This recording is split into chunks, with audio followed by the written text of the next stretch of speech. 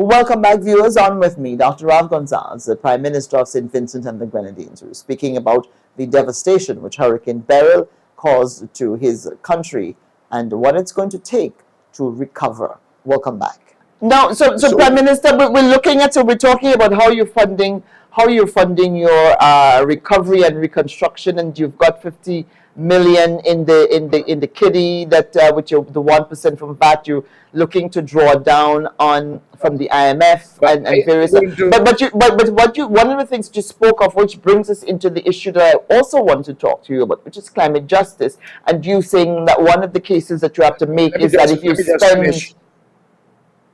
Let me just finish, make a point here. I have told the people of St. Vincent and the Grenadines, I said, look, the money which is out there is slender compared to the tasks at hand. And we will do our best with that. And I'm on the road already with it. But it is the reality in the real harsh world that I have to go to Parliament on Thursday to increase the overdraft limit of the government at the banks. I have to go to the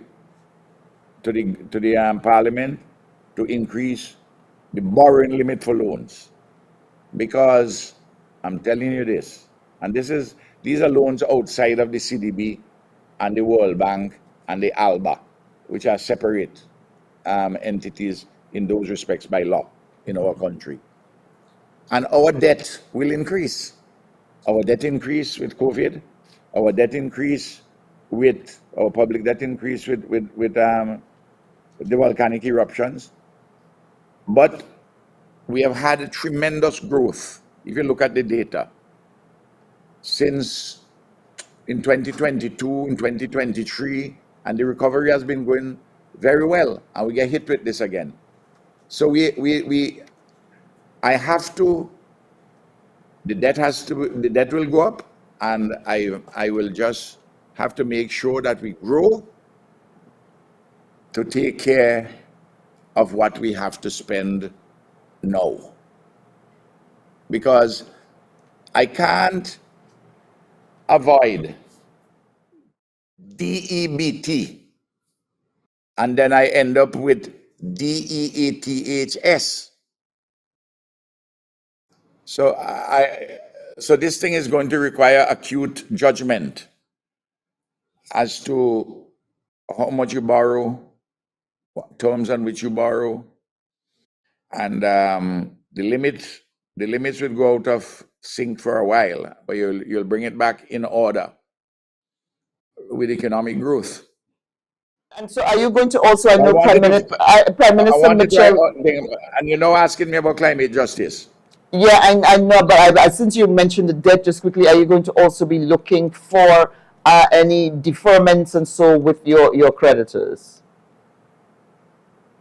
The extent of the debt deferment clause is not going to bring a significant amount of money to us.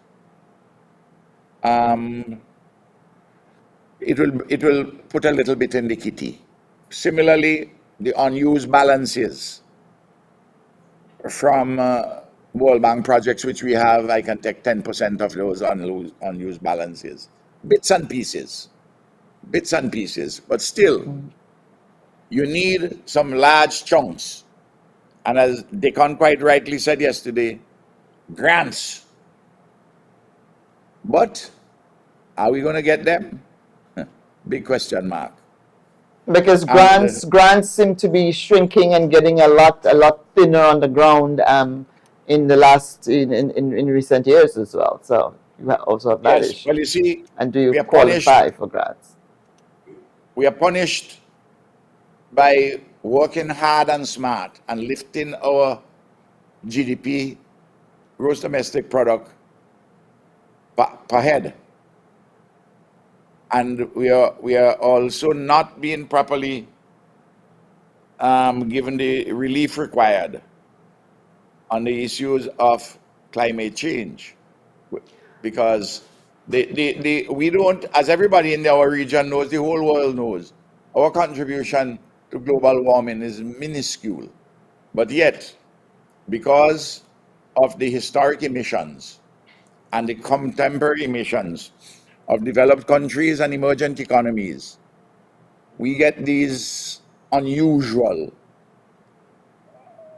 weather patterns, early hurricanes, more intense ones, more frequently.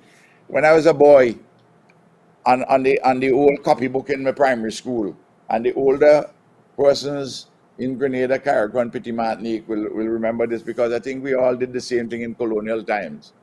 June too soon, July stand by, August come it must, September remember, October it's all over. Well, June is not too soon, as we have seen, and July you don't just stand by, you get a category 4 into a category 5. And August come it must. August is still to come, and it's never over after October, because I got a big one in December, Christmas Eve 2013, which killed 9 people and mashed up the country. So And that's so where we are. does Beryl, because we're noting all of these peculiarities with Beryl, and does it strengthen even more and provide a demonstration for the case that the region must make on climate justice? Does Beryl present on a platter the this We, moment here? You have to step up we because are we are yeah. making the case, and other countries making the case. The Secretary General of the United Nations, my brethren, Antonio Guterres, he's a great moral force on this question. But what do you have? There's several people either in government in developed countries going slow on it, or in opposition, hoping to come into government and completely rejecting the notion of climate change. In one case in the United States, I've been advised that there's a leading candidate who would wish to make America great again, says, drill, baby, drill. That this thing of climate change is a hoax. I'm not getting involved in American politics, but I'm a citizen of the world, and we're on the front lines. When anybody is talking that kind of irresponsibility, I have to address it. It's my business, not all of us business. And if we are not careful in this world, if we don't get to net zero by 2050, and it should be earlier, but 2050, that means, among other things, that we must not go to 1.5 degrees Celsius in terms of warming above pre-industrial levels. But it's likely that by 2030, 2032, we would reach that tipping point. And we're going to see more frequent hurricanes. And we're going to see a lot of intense rainfalls at particular periods, accompanied by prolonged droughts, and we'll have land degradation. By the way, what we haven't talked about our coastline or our beaches, which have been severely damaged or destroyed by By the Beryl. surges, because And yes, the surges were Barbados, massive. Yes. Barbados on the west coast, which is their bread and butter for tourism, they have real problems there. They didn't get the wind, but they got the surges. We got the surges, we got the wind. The only thing with Beryl, you didn't get what was anticipated. It was thought that we may get between 4 to 6 inches. It was a relatively dry hurricane in that it was just under 2 inches of rainfall. But the tropical wave it followed on Wednesday after, we had 3 inches of rainfall, causing landslides. And all of these are different sides of the same coin with the climate change: drought, land degradation, intense rainfall, high wind, warming of the seas. And people forget that on Earth, there's more seawater than land. There's more seawater on the Earth than land, and that is warming. If the land warm, You must expect the seawater would get warm. And it is the warming of the seawater which engenders and facilitates these Atlantic hurricanes. That's the reality. Now, In Prime a Minister, nutshell. let's turn a little bit now to your agriculture industry, because that is an important Yes, industry for you. I know that your Minister of Agriculture, Saboto Caesar, was working on trying to meet the 25 and 25 target. He leads the subcommittee on agriculture yes. ministers for But CARICOM's food security plan. That has a been young set man, back, I understand. a young man in whom I'm most pleased, Saboto Caesar. Um, yes, the agriculture in the country has been decimated. The plantain and the bananas are gone. The fruit trees, a lot of them broken completely. Many of them damaged badly. Greenhouses got blows. No. Where's the problem here now? Bananas is going to take you 9 months to plant back and there. So you have to give production supports, and then you have to give income support to the farmers. A zabuka tree, I don't know if you call it zabuka in Grenada, avocado. Well, the older people did, but avocado is what's most used now. Or zabuka as a countryman, and as a man who was born just after the Second World War, I still like the name zabuka. I So like it the too. so okay, the avocado tree. It takes a long time. The mango trees. If you go about in St. Vincent now, and parts of the Grenadines, where you have a lot of mangoes, and there's a big trade in the export of mangoes. A whole heap of green mango is on the ground. Some of them young because the mango season was just coming in. And beryl causes that great pain. So the same thing with the fishermen, the artisanal fishermen in the Grenadines and also in St. Vincent, in Union. I went down in Ashton, and between Ashton and Campbell in Union Island. The the boats them gone because fellas pull up the boats, but you see the rubble. In fact, I had to make the observation because there's a cemetery next to that area, and I stopped and watched the gravestones. The dead were protected because nothing happened to the cemetery, at least not what I could observe.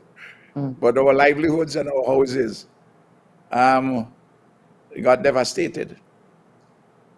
So the same thing we have to do with the fishermen.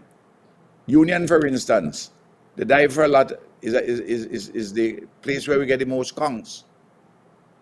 You call it lambia, I think. The most conchs, Yeah, we do. lobster, fish.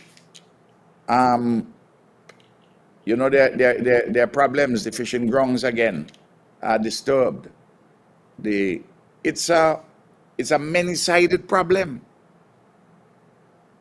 And And so while you're helping, both your domestic and export agriculture and fisheries industries have been impacted and affected. very, very, very, very seriously. And the point I'm making, my dear sister, is that while you help people with their boats, which will take a little while helping their boats, you have to help them with livelihood support, income support. They gotta eat. And then when they get back their boats, the extent of the productivity in the fishing ground, because of the turmoil caused by Beryl's waves, you may have a time lag before you get back to what it was before. That's how nature is. It has to heal itself. So Prime Min- when people look at this thing superficially, this is a matter which is a tremendous setback. But we have to turn this setback into an advance, in a sustainable advance. And this is a great cause. Great causes have never been won by doubtful men and women. I'm not doubtful, and I don't think the bulk of the people are doubtful. And we will get there, as the evangelicals say, day by day, sweet Jesus. We will get there. Of that I'm sure. I believe the same thing. The people in Carriacou and Petit Martinique. Same thing. God, that's how we make. We are children of adversity. And people marvel how we thrive in adversity and pick up the pieces. And when the Secretary General of the UN came here in July last year, and I took him up in the Northeast, the red zone, the volcanic, which the volcano decimated, the eruptions decimated. He was amazed as to how we had brought this thing back, including building a whole set of houses for people, and public facilities are back, temporary schools. I mean, he couldn't believe it.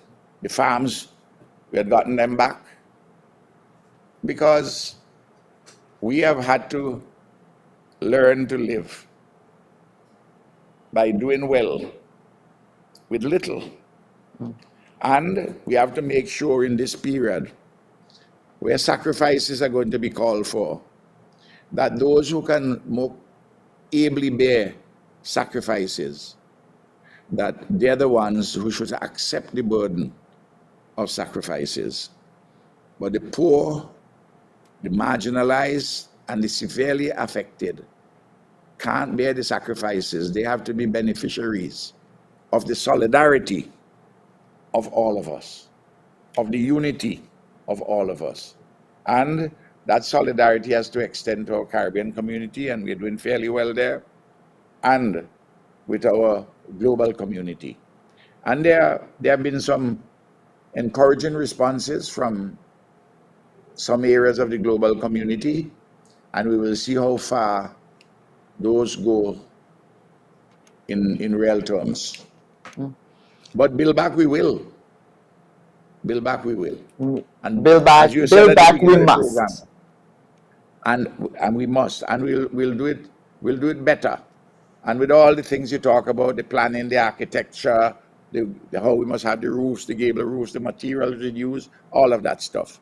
It may take a little while to get all of that right, but we have to have a program of doing it better than we have done in the past. Prime Minister, Talking to the to what extent do you have the opposition of St. Vincent and the Grenadines on board with this national effort? I haven't had any conversation with the opposition in St. Vincent and the Grenadines, and they haven't had any conversation with me. They're doing their own thing, and their important role in Parliament. We have a number of questions on the order paper for Thursday, asking a lot of questions about the plan, and they'll play their role in Parliament, and I'm sure there'll be good debate on the supplementary estimates and supplementary appropriation bill for this initial phase, and that's their involvement. I would expect that they will seek to see if they can raise revenue, material resources to help here and there. But the executive is doing its work, and we're doing our work with the people as a whole. Often, people confuse this thing to have national unity and to have solidarity. You don't have to have it a unity at the political level, at the level of political parties, what you need to do is to make sure there is no political divisiveness and tribalism.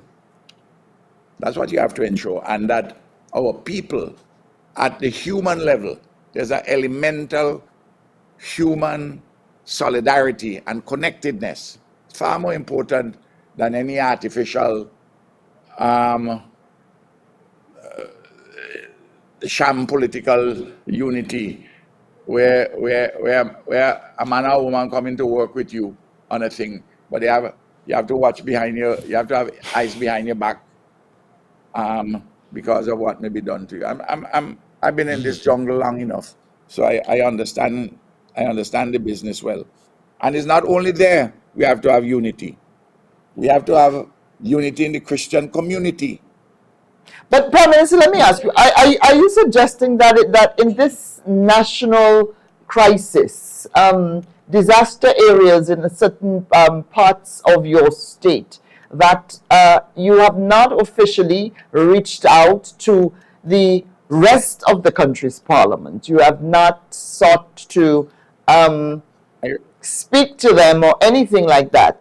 I'm not talking about the political party or the political leader of any party. I'm talking about within the constitutional structure of St. Vincent and the Grenadines. You have not you have not involved. You know, you're saying, look, they're going to debate in the parliament, and that's probably going to be your usual fiery sessions in parliament. I've been watching the videos, but. Isn't it good form to say to the opposition leader, "Come on, help us rebuild"? Or do you think that they have no necessarily any real value in the task at hand in terms of what they can muster? saying that I have to do it. Working with these, irrespective of your political affiliation, the NGOs, the private sector, the churches, and so on and so forth. The opposition in our Westminster system, they will be in Parliament and they'll have a role there to discuss what we bring forward as the government, and hopefully they will support what we bring forward. They may give it a torrent of criticism before they say yes, but I don't know what they will do. But as I tell you before, there are two sets of people in national disaster: people who do and people who talk about people who do. I'm doing, and I'm satisfied that we have created the framework of unity and solidarity for the people who are doing things, and that's what is critical, as far as I'm concerned. Rather than any,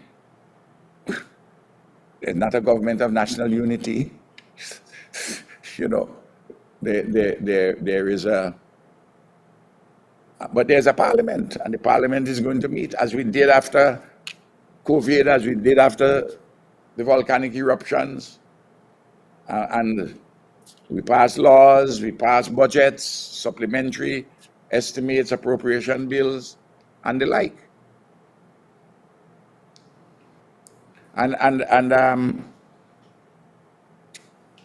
that's simply how the system works.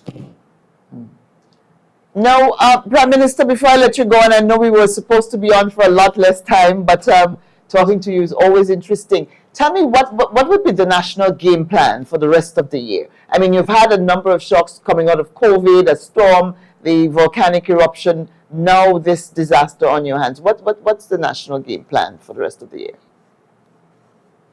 Well, we will continue to seek to build a more resilient, sustainable development. That's our quest, and to do it in equity, always making sure that those who are most adversely affected benefit in very practical terms. And that's the overall framework, and we focus in on the 3 R's: relief, recovery, reconstruction. They're discrete, but they naturally overlap with each other, because relief will continue while you're doing recovery. Recovery will continue while you're doing all your reconstruction. So, in fact, relief will continue even while you're doing reconstruction. We have a good a set of institutional arrangements for disaster management. Of course, at the end of the day, human beings have to function in these institutions. And I expect from all our citizens that we work optimally, selflessly, towards this particular goal.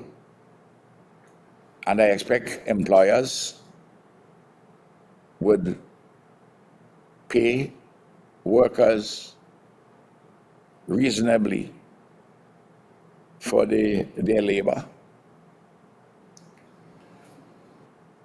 That we would always be inclusive with the people. But that doesn't mean that the leader of the opposition and I have to hug up for that purpose. No, that's not necessary. Prime Minister, have you turned your attention to whether or not you'd have to consider any fiscal changes to respond to this latest crisis that your nation is facing? Well, I indicate important fiscal change, that the debt will go up, because I'm going to increase the borrowing limit for the government, and I'm going to increase the overdraft limit. But if you read, I wrote a book which was published in September 2022 called A Time of Despair: Beyond COVID, Volcanic Eruptions, Hurricane Elsa, Global Turmoil, Fresh Hope for St. Vincent and the Grenadines. The general strategic framework is laid out there.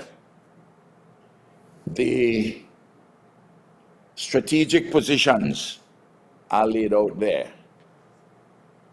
The paradigm shifts in what we are doing are laid out there. And I use practically the budget of 2023, which was passed at the end, the estimates were passed at the end of 2022. I use that as the basis on which the readers could see how this strategic framework, in concrete dollar terms and institutional terms, how that pans out.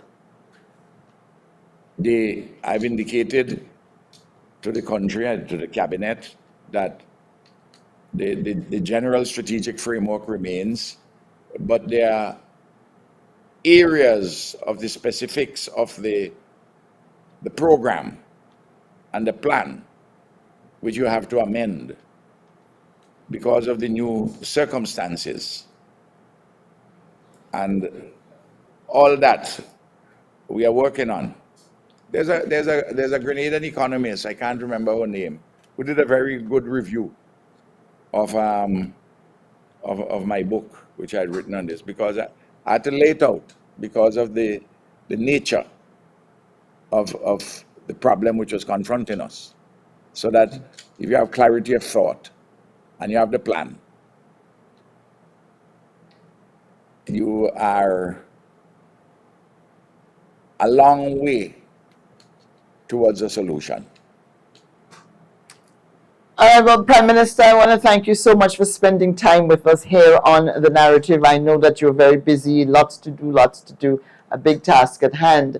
I want to wish you. you and the people of the St. Vincent and the Grenadines all the best in your recovery and reconstruction efforts, Prime Minister. Thanks for joining me here. And I will see, hopefully, I will see you and my brothers and sisters in Grenada towards the end of July, when that's the new tentative date for the CARICOM Heads of For the Government heads of Conference. government, yes, the Secretariat has announced. They've said that is the date. Well, Yes. you know, no Yes. hurricanes getting in the midst of it. It should be, I think, the 28th, thereabouts of July. Yes. Yes. We look forward to seeing you in St. It begins on George's. Sunday. Begins on Sunday the 20th. Yes. So you will see me in Grenada, and I hope to be at Spicing. All right. All right. I will make sure that I find you. And for another interview, take care, Prime Minister. Thank you.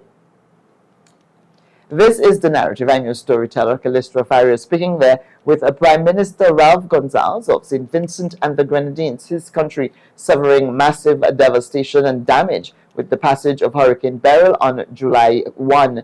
Beryl made her way through the Windward Islands, causing major damage in Carriacou and Petite Martinique in the state of Grenada, as well as across the Grenadine Islands and parts of St. Vincent. It's going to take hundreds of millions of dollars for recovery and reconstruction in both countries, in St. Vincent and Grenada. And both leaders had a news conference yesterday, along with the United Nations, pledging an initial $9 million and rolling out a plan to begin to help the two countries recover from this disaster.